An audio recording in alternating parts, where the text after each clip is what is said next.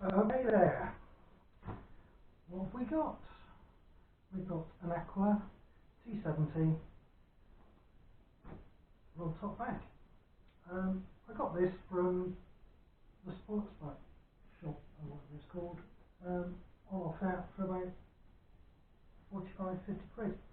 So I thought I'd buy one. They're huge, and you can get quite a bit in them. So let's give you a quick demo.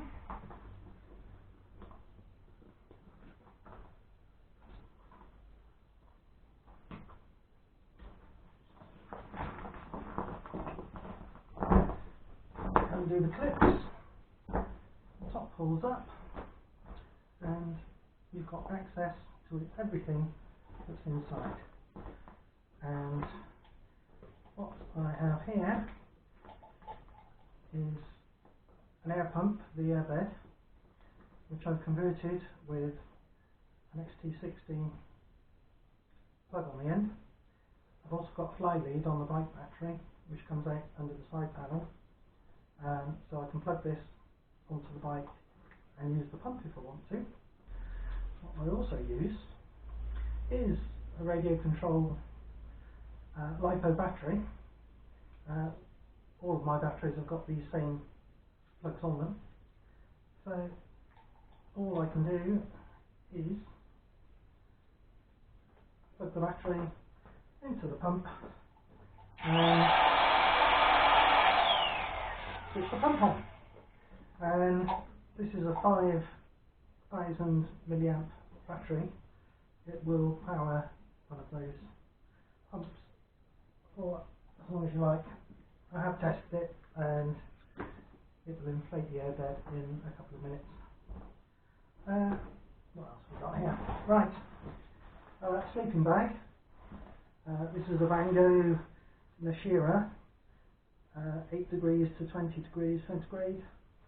I haven't found it terribly warm, I must confess, but the reason I got it is because it's a square shaped one with plenty of room inside, and I'll just show that to you now as well while I'm here.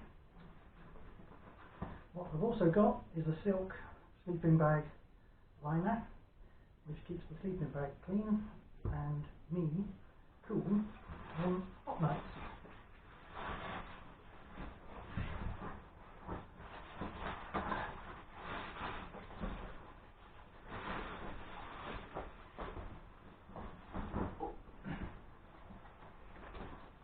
So, one nice large square zip around sleeping bag.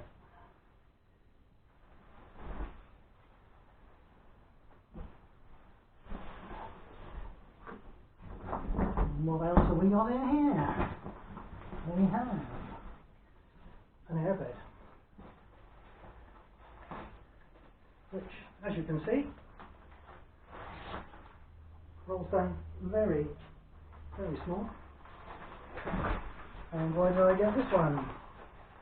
It's supposed to be one of these with the built-in pump, which doesn't work terribly well, hence why I've got the electric pump. But this one is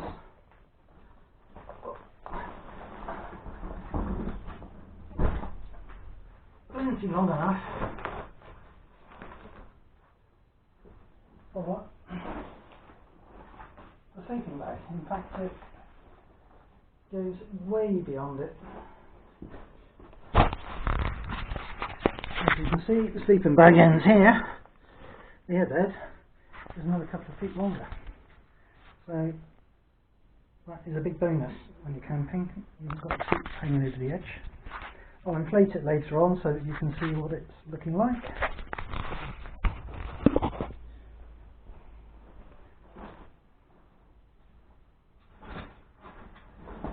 We now have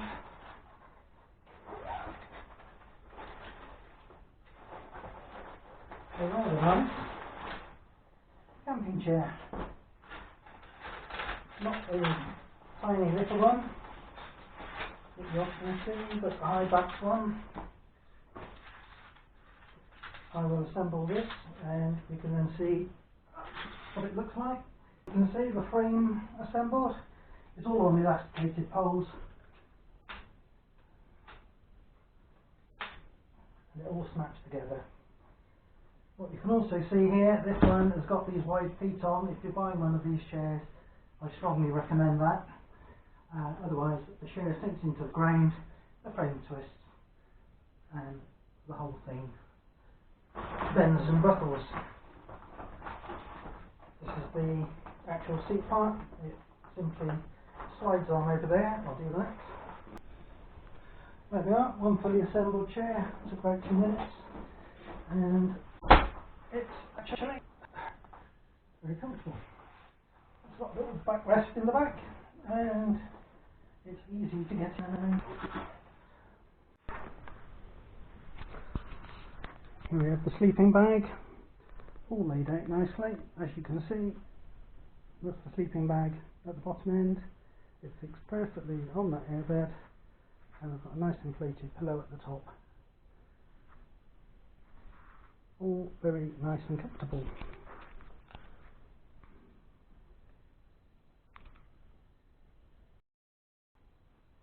This is the tent.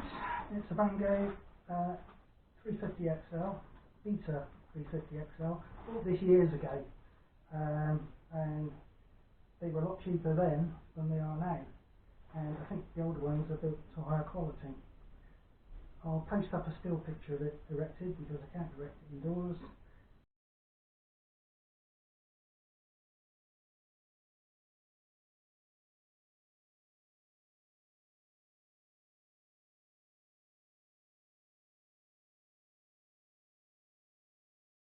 And you will see how big it is. You can actually bent over a bit, but you can stand up inside to get gear on in the morning without going outside. Huge porch on it with a ground sheet, so you can do cooking indoors. And it's also got a blackout liner, so you don't get woken up at 5 o'clock in the morning in the summer.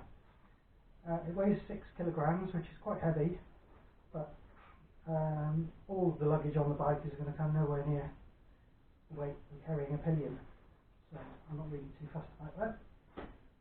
Well, there you go, one Oxford Aqua T70 roll top bag, and it can consume a vast amount of luggage.